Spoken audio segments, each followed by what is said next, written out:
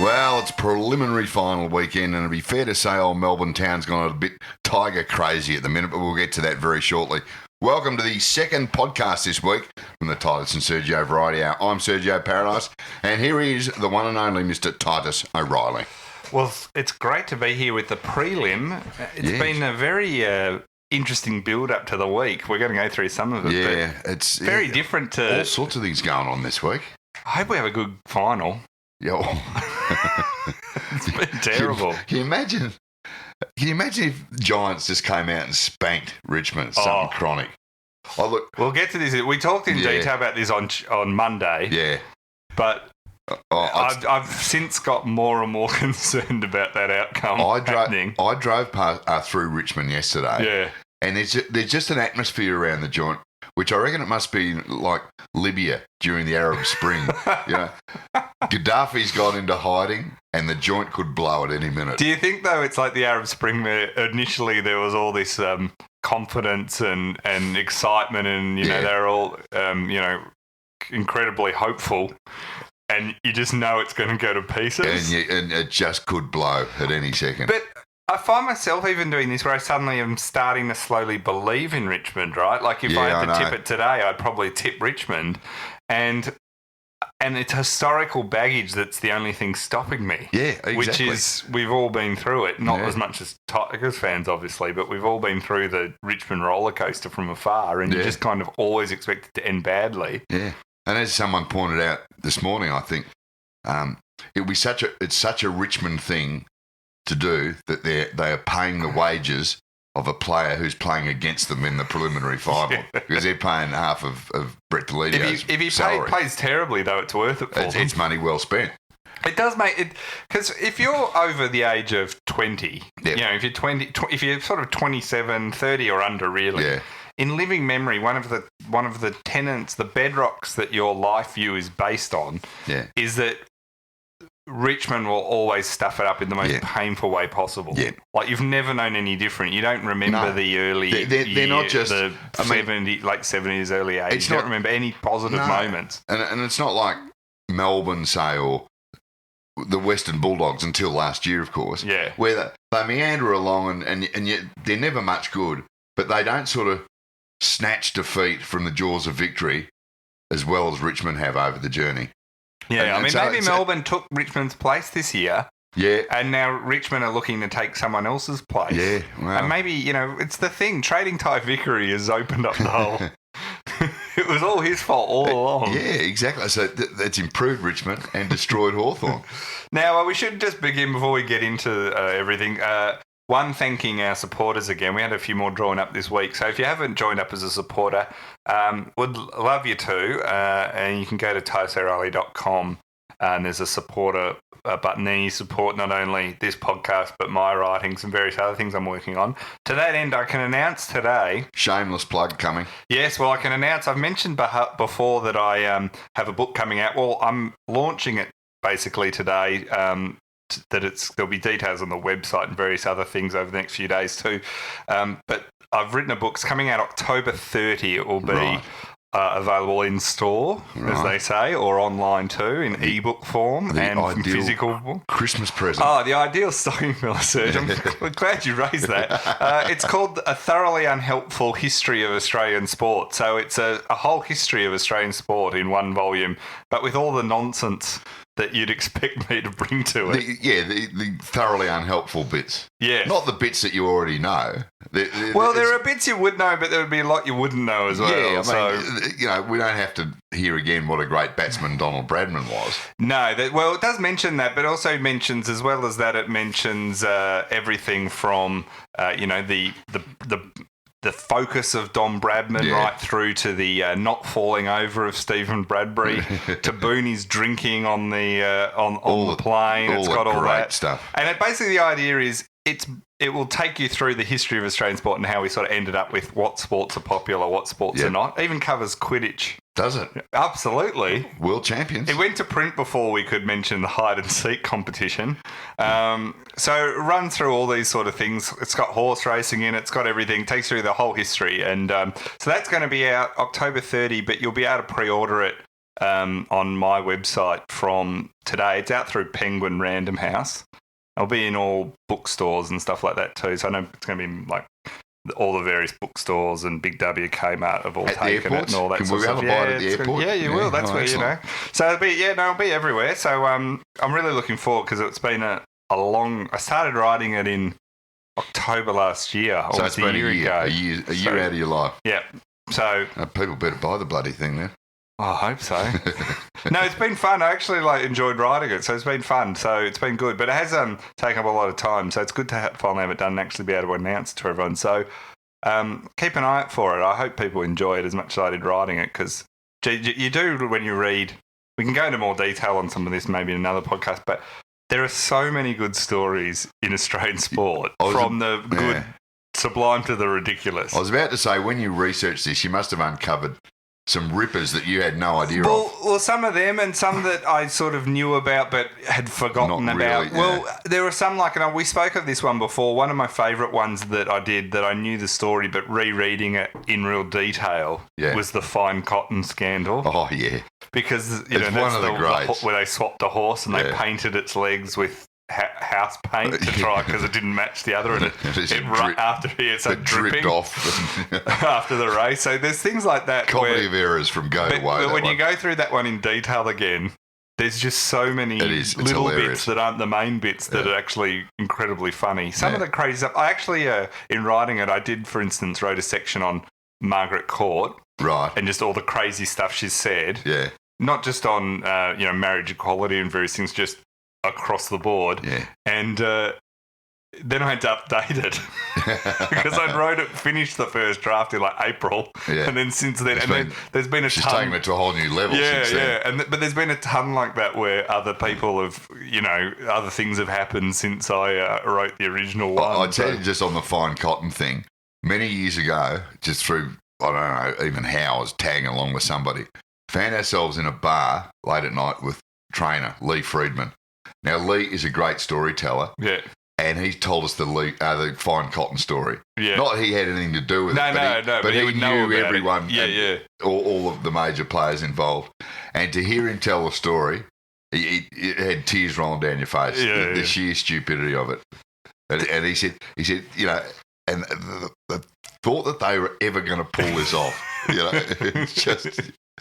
It is one of the great ones. Yeah. So I do that one in detail, but it's snapshots. So it covers league, union, cricket, Australian rules, football. It's got basketball. It's got netball. It covers racism, drugs, women in sport, everything. All the good stuff. So keep an eye out. Keep an eye out for it.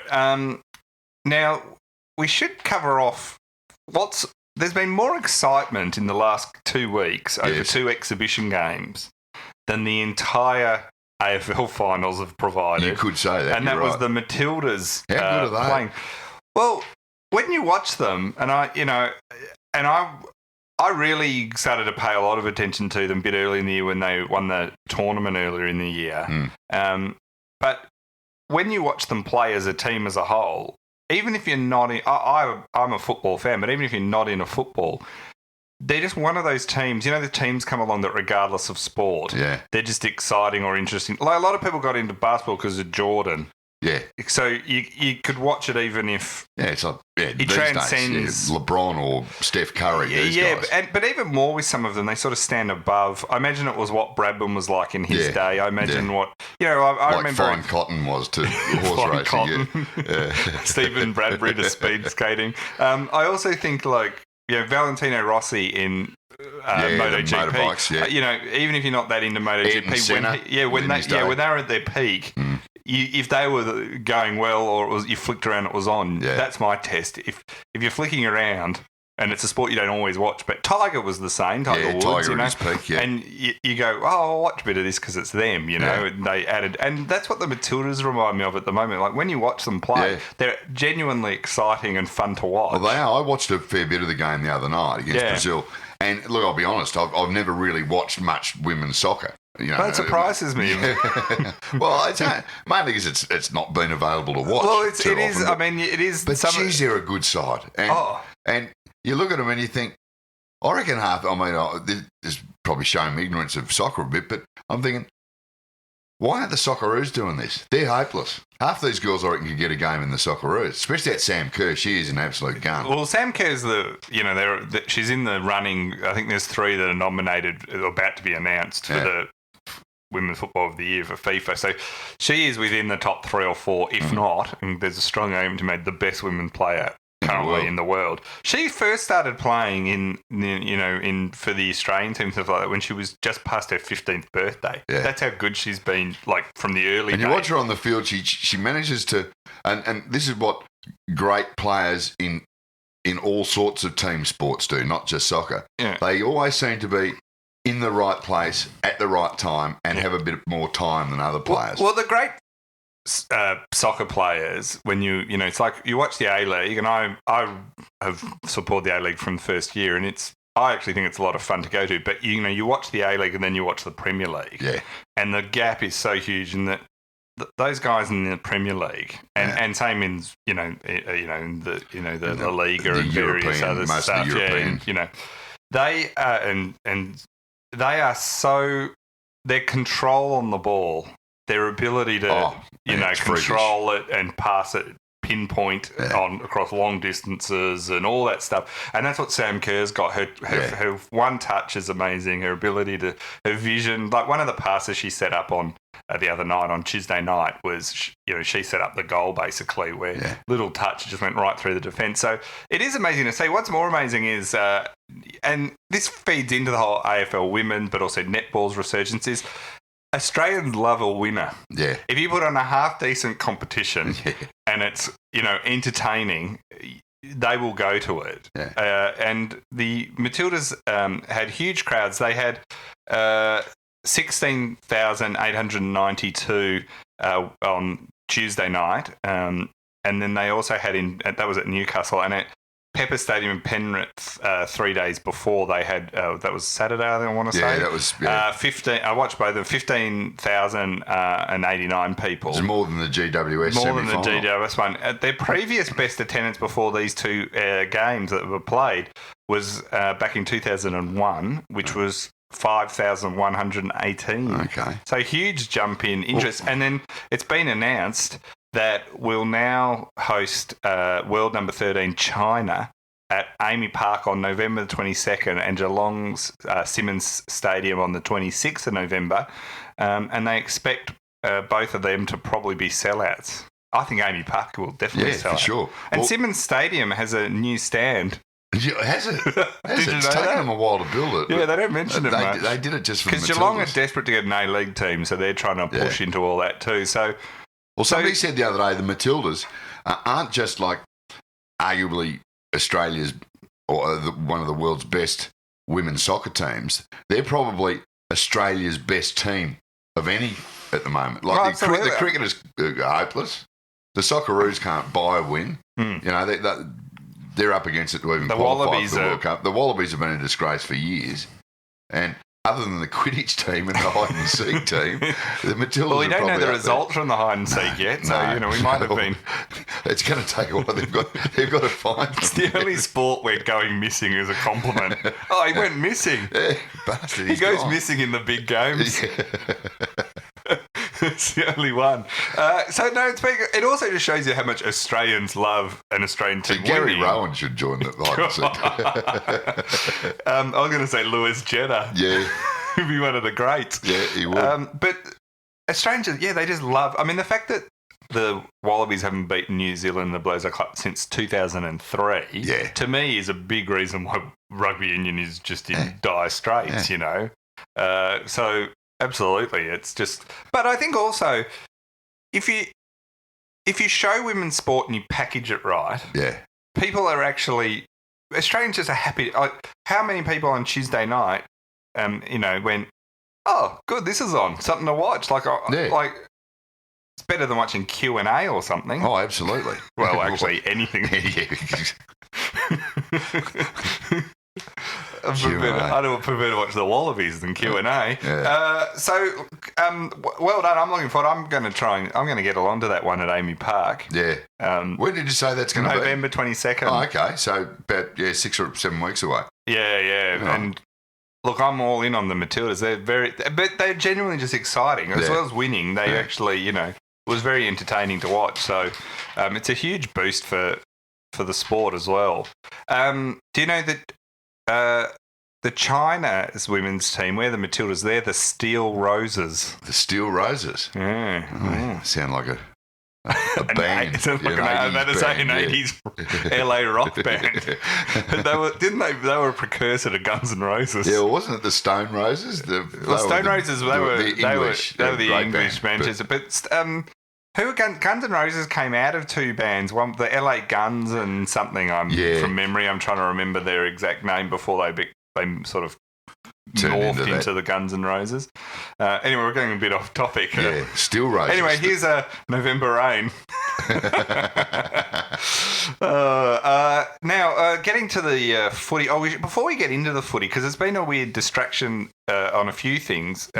We'll get to Jumpergate later, because that's been a big one. Yeah, that's been massive. The other one that just came out yesterday, we had a flurry of things around the marriage postal survey. Yeah, everybody's jumped on board and made statements. No matter where you stand on the on the issue of marriage equality, the postal survey, which has got there's no binding thing on it. We're not voting actually for a piece of legislation or the formal or anything. It is arguably the dumbest thing we've ever had to do. Yeah, because as you say, it's literally just a survey, which is no different to when you get a phone call in election time. A lot of people are saying that 121 million or whatever it's costing us, could this much for hospitals, this much for schools. But more and more, like, how many gold medals is that worth if we're going to put it in something important? Exactly. Put it back into swimming or something. Surely the swimmers, there's one thing swimmers need, it's more money. If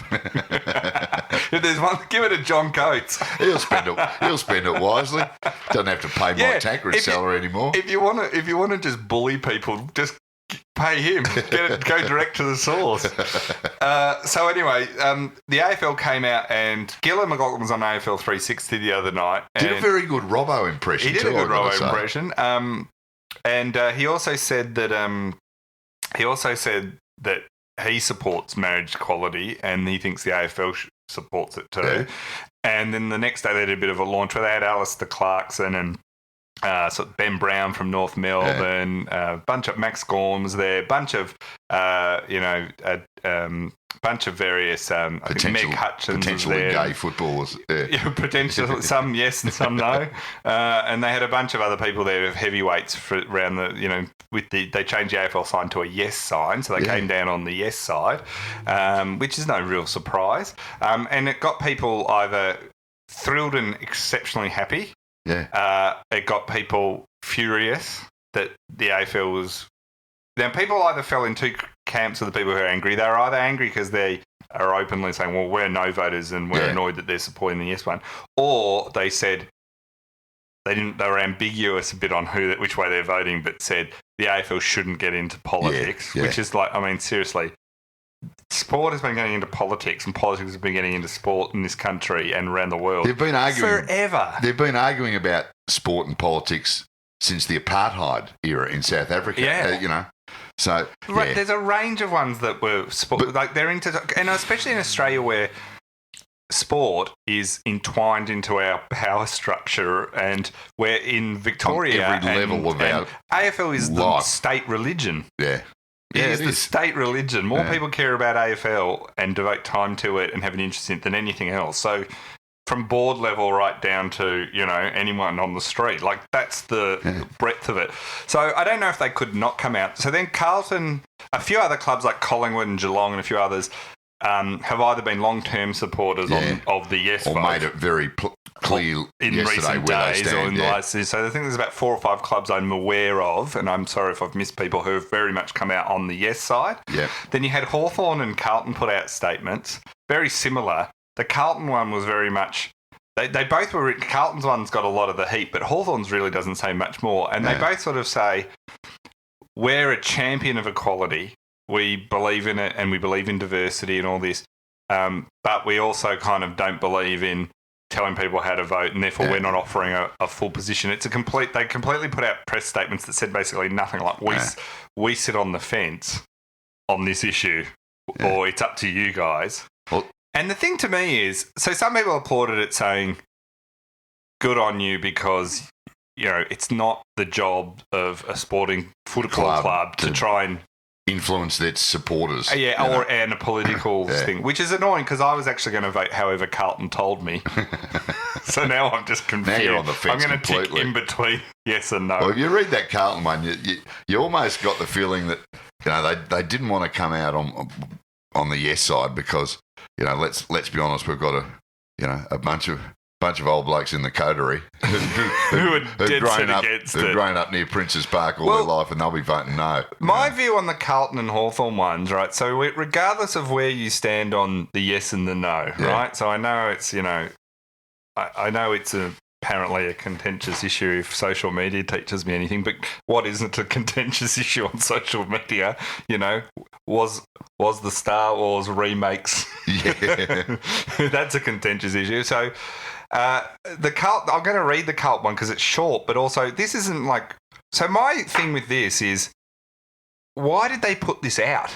And Hawthorn's is very similar, but it's just Carlton's got a lot of the things. So I'm not like. But Carlton wrote, the Carlton Football Club prides itself on being inclusive and a leader in engendering equality and a deep sense of belonging. That's the opening word. Some $10 words in there. Oh. The issue of same-sex marriage is essentially one of equality. And so the club encourages all of its people to have their say in this important national vote. It's not really a vote, it's a survey. But anyway, as a club, we respect that this is about personal choice and as such don't intend to campaign on the issue, but we do strongly reinforce our club's absolute commitment to equality and a community that is free from any form of discrimination. Now, the thing for me there is they basically have said vote yes. Yeah, in a roundabout kind of way. Because they say it's an issue of equality, so therefore it's not like they've said this isn't a lot of no voters would say this isn't an issue of equality. This is an issue about tradition, and it's an issue of religion. All their arguments and what so. They've sort of come out and put this thing out and said, it's essentially one of equality and we're all for equality. Yeah. So therefore, to me, they would have been better either not putting anything out, like some clubs have done, stayed silent, which is fine. If you're a football club and you think it's not our job to lecture people on any issue. And I know that is, regardless whether it's this issue or racism, sexism, or whether you should vote Liberal or Labor or whatever. Yeah. That's a legitimate view of a club. But why put this out? Like, either come out and say yes, vote yes, or say nothing. Instead, what they've done is they haven't really won any no voters over. You wouldn't have thought so. But they've annoyed a huge contingent of fans and various people who... I saw a bunch of Carlton supporters yesterday saying, I'm not happy with my mob, I saw a bunch saying, I'm not going to buy a membership next year, and I thought that's a clever way of getting out of having to support Carlton. The fact that you finished 7-8, you had nothing to do and haven't been good for me. And we're staring at another decade of terribleness. I'm surprised they didn't just ask GWS what they should say, Carlton. Yeah, that's how they usually find out what they're doing next. Sauce, he's got all his mates down there. A lot of people were pointing out that this is how they also play football. Sitting on the fence, just not really committed. But to me, that's the thing I found. It was an amazing bit of writing. And it's, come out pick a side. Yeah.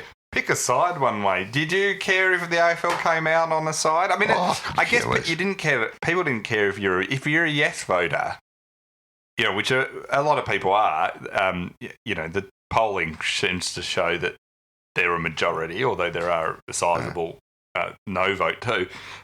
If you're a yes, most people are like, I don't think many yes voters are going, you should stay out of this AFL. Yeah. My only thought yesterday was, gee, those footies with yes on them, they're going to be collector's items in a few years. I'd like to get my hands on them. I've already heard the AFL tell me that they're just in crazy hot demand. Oh, they will be. In 20 years' time, when people look back on this whole issue and laugh, having one of those yes footies, that'll be worth plenty. You reckon? Yeah, you'll be able to get some money for that in years to come. So anyway, it was just a bizarre sort of thing, I thought, of Hawthorn and Carlton bothering to put out a statement. They must have felt pressure to do something. If you don't want to say something, say nothing. Yeah, that's the thing with me on like a lot of issues. Like, don't be half pregnant. Yeah. Just actually, either if you don't want to express your real view because it's going to maybe annoy a lot of people or it's not your place, whatever. You can have a legitimate reason of not wanting to put the view. Don't say anything. Don't try and pretend you're trying to please everyone. Never works. Oh, yeah, I know. I tell you what is fun. What I've found in this past week. You really want to annoy people. Yeah. You know, who take this serious. They say, so you're voting yes, right? And I was, look, I don't really care. It's a toss of a coin to me. Heads yes, tails no. Geez, do they turn? They don't realise they're just having a bit of a gag, you know. And again, the other side of the coin, I said on Twitter the other day, and it got a huge response, is that, you know, if you don't take a photo of yourself ticking the yes box and post it on social media, have you actually voted at all? That's right. You know, I said, for Christ's sake. I wish somebody would come out and just, I'm voting no, and here's my ballot paper. Nobody be going to do that. You get death threats. The AFL do very well these positive announcements. They do them very well, whether it's been on racism, sexism, various things. Where they come a bit of a cropper often is when they actually have to do something about it, when it actually really does matter, which we've seen on the racism stuff with the Adam Good stuff and various others and stuff. So, you know, it's the idea that the AFL are going to swing lots of votes to me is kind of a bit irrelevant anyway. Yeah, it's one of those things that, I mean, on all sorts of issues, whether it's this or political issues or whatever, I'm not convinced that anybody's going to change their vote on anything pretty much because an organisation has come out and suggested that's where they sit. Not unless you're integral, I mean, I think some of the more, maybe if you're in a political organisation, you might follow, or, you know, there's certain things that might, and religion, I think, has they have an ability to influence and vote. But to the point what Carlton are saying, no one's, like, them sort of staying neutral, and Hawthorn too, like, because, you know, we don't want to influence anyone's vote, we believe we should be neutral.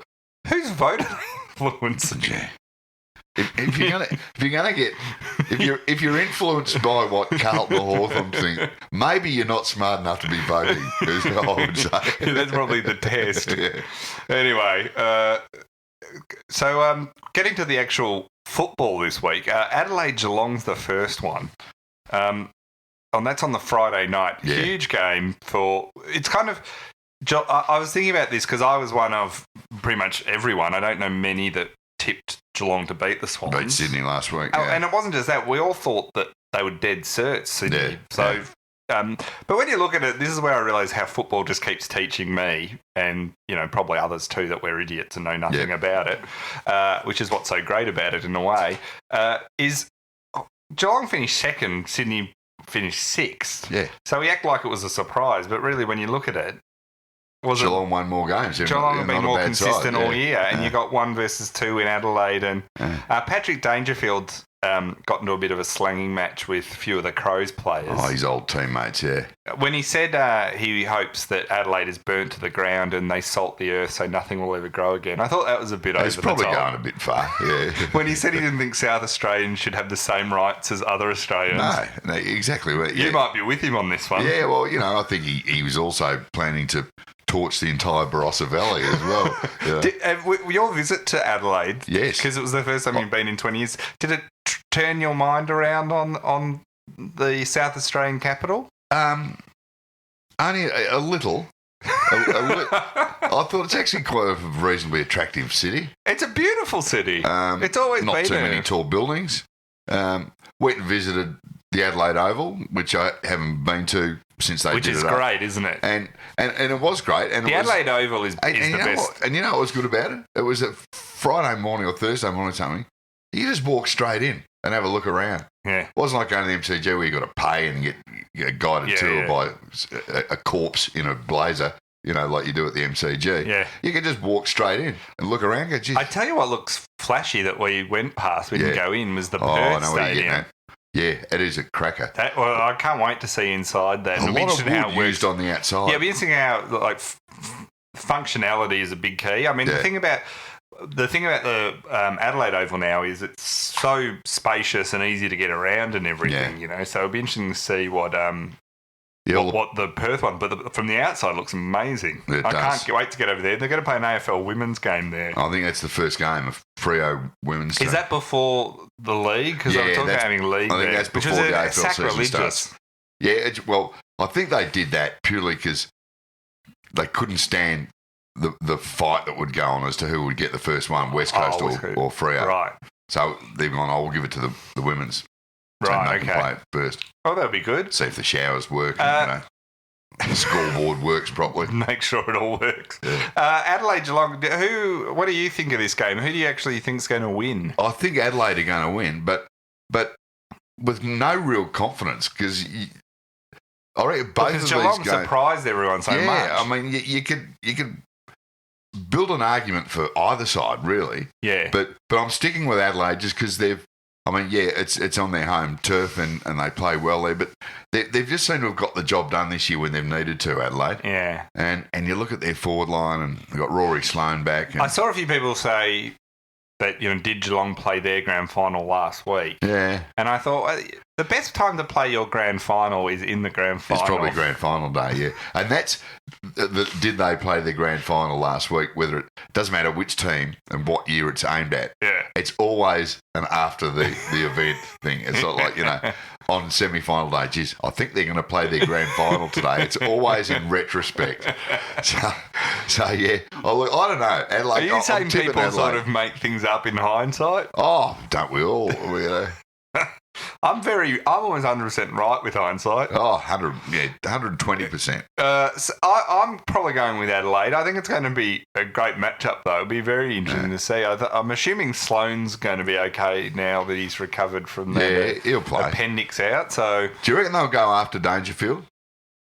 Oh, yeah. In a physical sense, because not to knock him out or anything, but the occasional time tag him, the occasional time that Dangerfield is not as effective as when he's got a good strong run with. I've always, and I don't pretend to be an expert on the tactics of football, but whenever I see any tagging, it seems to work well, like on the best players. I remember a few years ago, Melbourne, Bernie Vince tagged him and completely took him out of the game. But I've seen that happened to. I've seen some talk to like a couple of coaches who are good coaches who say it's ridiculous when people don't tag. They can't believe it. Yeah. So who knows? And then other coaches say, well, you don't tag because you're taking a good player out of your lineup to negate another good player. So there's arguments either way. But yeah, I'm sticking with the Crows. I reckon. You see how many times Dangerfield's just single-handedly dragged Geelong. Oh, he's a magician. Or kept them in the games. Imagine he could kick straight.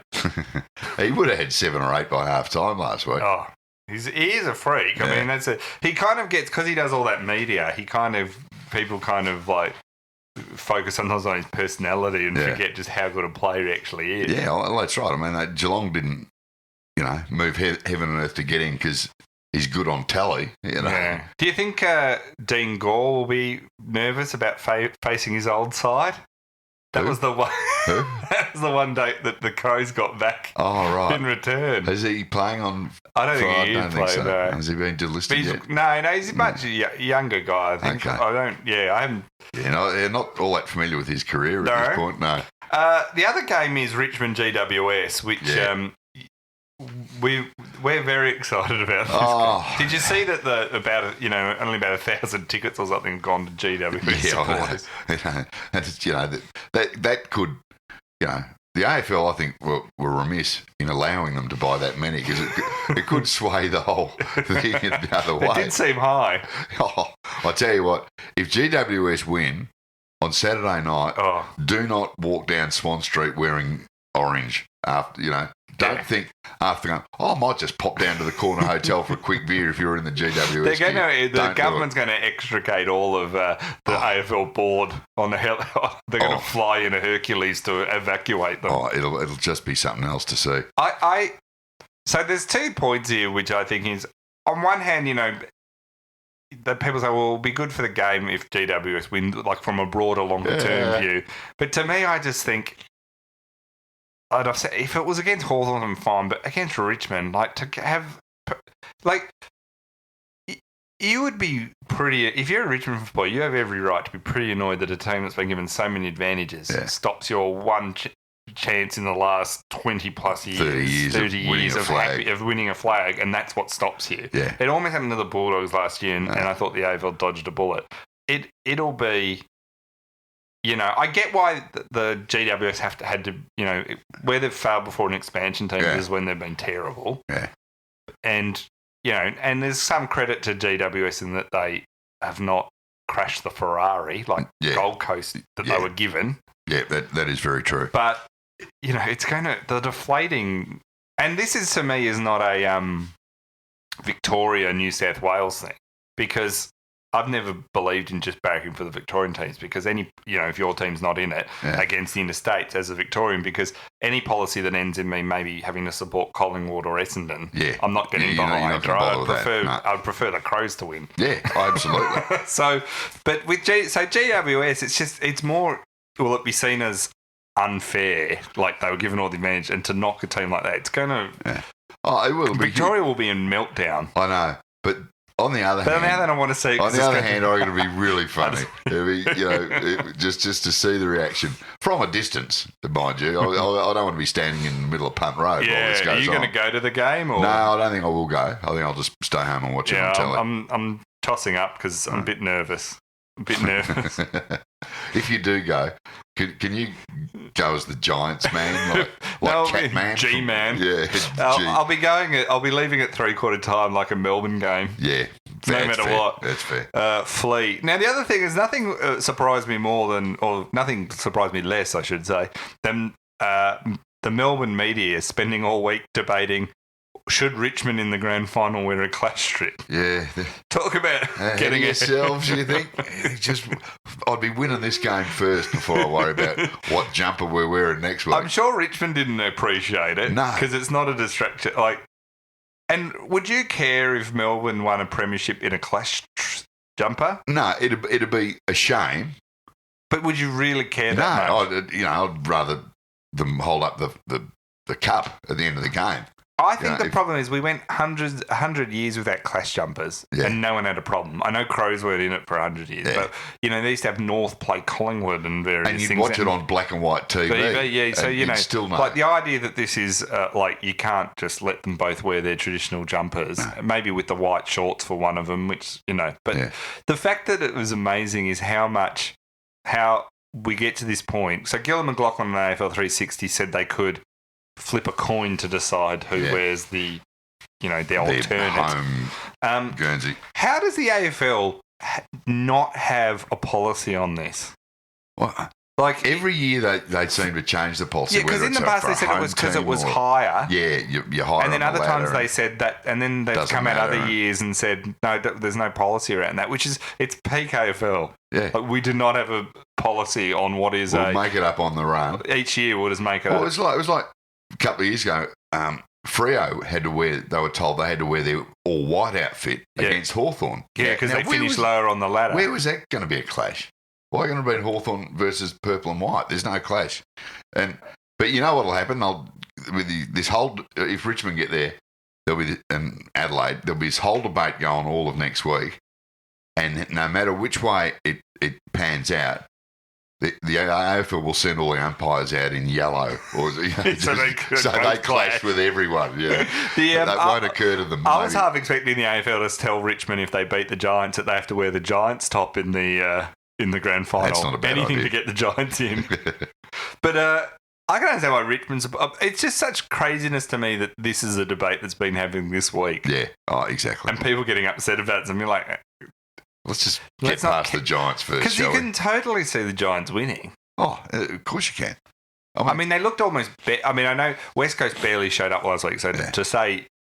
But, did they look more, better without Mumford? He's been injured, but in some ways you could argue he hadn't been playing well. No. Cameron's a loss in a way, but in some ways actually freed up their I think Cameron's probably going to be back this week. No, I think he's out. He's out for the rest of the season. Yeah. But Patton with Green and stuff actually looked like it worked a little better. So, so you could look. The Giants are. If Richmond don't, the Giants to me are a side that all year they've got all the talent, but they only take what they're given. So if you give them enough rope, they'll kill you. They'll just run all over you. The clubs that have beaten them are the ones that have just not allowed them to pressure them and that. And so it's really, can Richmond do that? I think if Richmond can do that, they can win. But I don't see the Giants, the really top teams historically. We're thinking of the Lions back in the early 2000s and stuff like that. You could play your best and they'd still beat you. They'd take more than you gave them. They'd just, and that's what the best sides. And I don't know if there's any sides this year I've seen that can really enforce their will on another side to that point. And the Giants certainly, I don't think, can. No, and I think they're a bit vulnerable, the Giants, to Richmond's small, fast forward line too. I reckon they could get found out there. Well, I also think just playing down the MCG, can you imagine that hostility of all the 95,000+ Tigers supporters? It's going to be full on. Because I was there for the atmosphere will be sensational. Well, I was there for the Richmond's last final and against Geelong. One. And, Geelong had a lot of people there, but that noise was huge. Yeah. This is going to be next level. This is going to be really something. For that reason, I'm almost tempted to go just because it'll be you risk your life, but it's almost worth it. Yeah, that's all right. It could be worse if they win. Risk my life at every game. It is anyway. It's crazy that I just think we'll let them wear the. Gillan McLaughlin saying let's do a coin toss. Let's get them to play a game of AFLX to decide. And then they'll have to get a new coin specially minted for that toss. The jumper, a sponsor. And a sponsor, yeah. The Carlton draft. That's where I'm surprised they haven't already done it. Jumper gate coin toss. The vote yes coin toss. Or the vote no. To cover the AFL would take vote no money for advertising, even though they just came out and said yes. That would be peak AFL. If there was enough money in it, they'd have a no they'd ditch the Toyota symbol and put a no in each goal square. The best is they'd release they'd sell the no campaign ball advertising rights. So on one side it's got yes, and on the other side of the ball it's got no. I could see them do that. They would. They would come out. And people would say, this is outrage. They go, but there's a lot of money. Yeah. There's a lot of money. If you want to play for this, this sort of We're money, a non-political organisation when it comes to accepting money. We don't tell anyone where they should accept dodgy money from. Well, you think all the sporting codes only gave up cigarette advertising because legally they weren't allowed to take it. Oh, exactly. And they all complained Evan about it. It wasn't that long ago. You look at YouTube clips of Australian cricket back in the 70s and 80s, and it's Benson and Hedges all around the entire... That was their only sponsor for a while. It was the Benson and Hedges World Series cricket. They had Benson and Hedges on their shirts. No. It wasn't that long ago. Yeah. And they said that footy would end if and cricket would end if there was no cigarette advertising. Lucky the sports gambling and alcohol stepped in. Luckily the other vices stepped up. Now, one thing I found a bit interesting is Guy McKenna is he faced an uncertain future at Essendon. In fact, I think Essendon were sort of looking to move him on because he was an assistant coach under Worsfold. Yeah, under Worsfold. So he's gone from coaching Gold Coast Suns to assistant coach at Essendon to now being forced out basically from Windy Hill. So he's actually now got a job, been hired to work for Cricket Victoria, right, in their coaching and talent identification unit. And so that's what he's going to be. He's going to be coaching the coaches. Right. It's another completely different sport to what he was a good fast bowler growing up, apparently. Yeah, well, you always hear that. These guys that, he was a good cricketer as well. Yeah. The amazing thing about that is he found the job on LinkedIn. So do you reckon he got the whisper from Essendon at this point? He just just seek.com, wonder what's going on. A few times I think when he was in the Essendon box with his laptop open, Worsfold would look over and he was on LinkedIn. And then as soon as Worsfold look over, he'd quickly change the screen and then up would come seek.com and he'd be trying to change shut the lid. Coaching the coaches. He said he learned a lot doing all the coaching he's done, and he said his experience working at the Gold Coast and working in the under-18s means this is well and truly in his wheelhouse. Yeah, he's a new one. It's all in. Yeah, it's in his wheelhouse. I'm not sure. Good luck to him. Have you got a wheelhouse? I don't know. No. I must riding dribble. Must get a wheelhouse, I think. You could buy everyone needs a wheelhouse and a war chest. Yeah, 4 bedrooms, outdoor living area, pool, and a wheelhouse. I see North Melbourne's war chest is not really. It's not attracting. It's not really working for him yet. Is it? How old Josh Kelly? Offering $20 million over 3 years or something. Their whole salary cap, everything. Everyone else is going to have to play for free. Yeah. Poor North. Yeah. They might have to actually just start recruiting. Yeah, they might just have to rely on the draft, like everyone. Well, they are going to have to rely on the draft. Well, just speaking of which, you see Port Adelaide. The Crows, because they're expecting Jake Lever to go to Melbourne. Yeah. They've rung up Melbourne this week and said, is Christian Petrarca and Clayton Oliver available for a swap? And that was fairly quickly shut down by Melbourne. Well, the thing is, though, in a negotiation, everyone, the first thing of 101 of negotiating is you have an ambit claim. An ambit claim, exactly. Everyone acts like this is outrageous, how dare they? But I'm like, and I was reading, I'm not sure how true it was or whether, just because it was in the media means it might not have actually happened. Is that right? Yeah. Oh. Unless Brad Hardy said it on Perth Radio. That's right, then you can take it to the bank. But of course they're going to ask for one of them. Yeah, or as you say, it's an ambit claim. They're not going to say to Melbourne, look, is Dean Kent and Billy Stretch available? Okay, yeah, fine. Yeah, there you are. Yeah. Take both. Hey, Dino. We'll throw in Jack Chengo for you. He's technically delisted. Anyway. Just book you on a flight to Adelaide. No, losing about an hour, actually, yeah. No, that's right. Of course they're going to ask for one of them. And then they, whittle it down over the next little bit, So, of course they're going to ask. Why wouldn't you ask? Yeah, true. Plus, they rate. I mean, when you look at it, Jake Lever currently is probably, this will get me into trouble, he's probably he is a more consistent and probably better player than Petrarca. Petrarca just got all the upside that people, but often upside's never reached. Yeah. But in some ways, Lever's not a nothing player that's leaving them. It's just the fact he wants to leave. Yeah. Oh, he's a great player. So that puts Melbourne in a they're going to have to good throw spot, something. But they're going to have to throw something, and Jack Watts, perhaps. So it's not as cruel that no one wants him. Yeah. So Melbourne are going to have to give up something. They're going to have to give up something, whether it's a couple of players or probably their first round draft pick, number 10.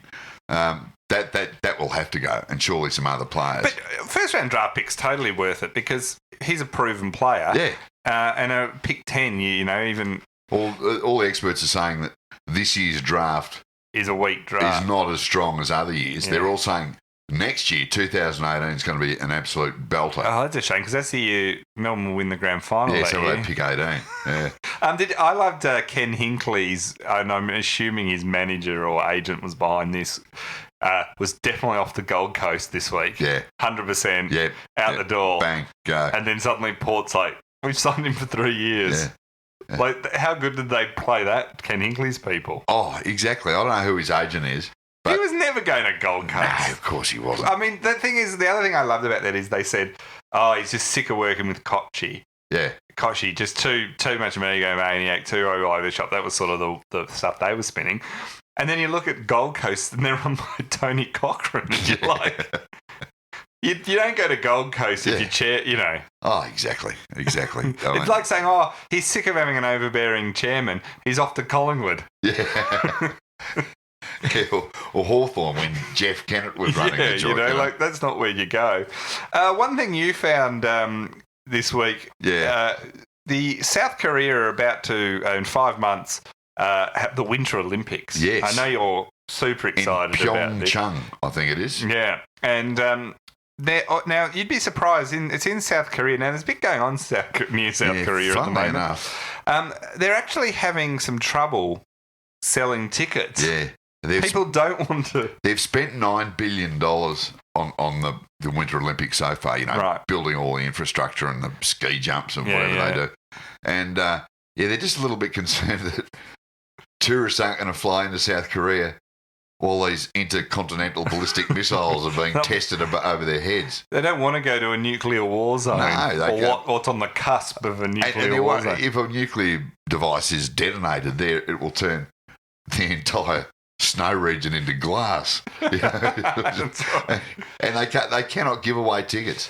They've sold about 10% of their tickets so far. One of my favourite comments I got today was I wrote a piece about how the Australian government's warning people about a potential threat of Richmond losing to GWS. Yes. So I wrote that, and then someone in the comments on Facebook wrote, in response to it, wrote, "I'm actually in South Korea teaching English." Yeah. And I'm less concerned than I am for the people in Melbourne this weekend. It's safer to be in Seoul than in Punt Road at the moment. That's right. So apparently all the weapons tests are starting to scare people a little bit. Less than 7% of the tickets that they aim to sell domestically have sold. And... Your international tourists. International tickets have been steady. More than half of the targeted seats have been sold for that, of the target of 320,000 seats they want to sell, and they've sold a bit over half. Now, the president of their organising committee for the Winter Olympics in South Korea, what he's trying to do to ease the worry about North Korea is get as many North Korean athletes admitted into the Winter Olympics, because he figures they're not going to bomb their own sports stars, which I think is assuming a level of logic and decency. This is like Kim Jong-un has killed his own family members. Yeah, so the idea that he's going to worry about a speed skater or a bobsled team, if it suits him. I don't think it's really going to be crossing his path. Do you know what I mean? Like, if there's North Korea, wouldn't do it then. You're like, more likely these people will be like, once they're across the border, committing acts of treason, they'll be fodder anyway. You'd want to be searching that bobsled pretty carefully for explosives.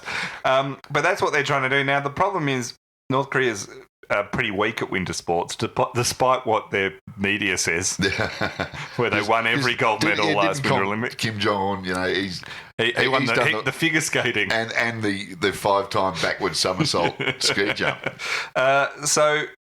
They've been trying to actually get them in. There's a figure skating competition in Germany at the moment, which has got a North Korean pair in it, and they're their best shot at qualifying. And so they're hoping that they'll get in. But there is a chance. They're also discussing with the IOC, this is South Korea, that if the North Koreans fail to qualify, what are other ways we could get North Korea into it? So they're actually desperately trying to get... Maybe this is the whole plan of North Korea, is... They know they're not going to qualify for the Winter Olympics unless they basically threaten to drop bombs on people. Exactly. It's the Cold War taken to its logical conclusion. This is all about the Winter Olympics. We've just seen through the whole ruse. If you're a potential North Korean team member for the Winter Olympics team, you really do want to qualify, because you don't really want to go home and say, didn't make it. They don't take that sort of thing well. The other thing that was kind of interesting is the IOC president, Thomas Bach, has come out and said there's no reason for any immediate concern about tensions on the Korean Peninsula. No immediate concerns. I'm not sure he's following this closely enough. They should get John Coates involved. He could get the whole thing sorted out. So get him over to help out the North Koreans to qualify? Yeah. He's taking credit for every... back. I'll bury you in the snow. Coates has claimed credit for every Australian gold medal in the last 30 years. Yeah, including the Winter Olympics. Yeah, so, Just ask Lydia Lasilla. She would never have... She probably couldn't even ski if it wasn't for John Coates and his teaching. Yeah. Oh, Schreier. Anyway, so we should mention that what? I was going to say we should mention before we go that you can sign up to become a supporter. You can. We indeed. Appreciate that very much, and if people could rate us on iTunes, that makes us feel good about ourselves. It does.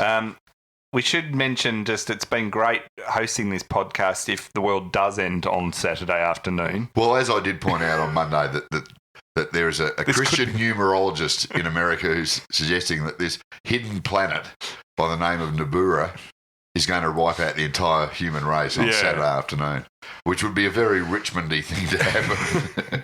So we might not be around because Richmond fans might have, like zombies, they're on their own are okay, but in large groups, very dangerous. Yes, exactly. So we might not be around, but we will be back Monday if that doesn't happen. If that doesn't occur, we'll be back to look at the preliminary finals and preview the grand final. Oh, it's exciting grand final week. Grand final week's a beauty. I'm very excited.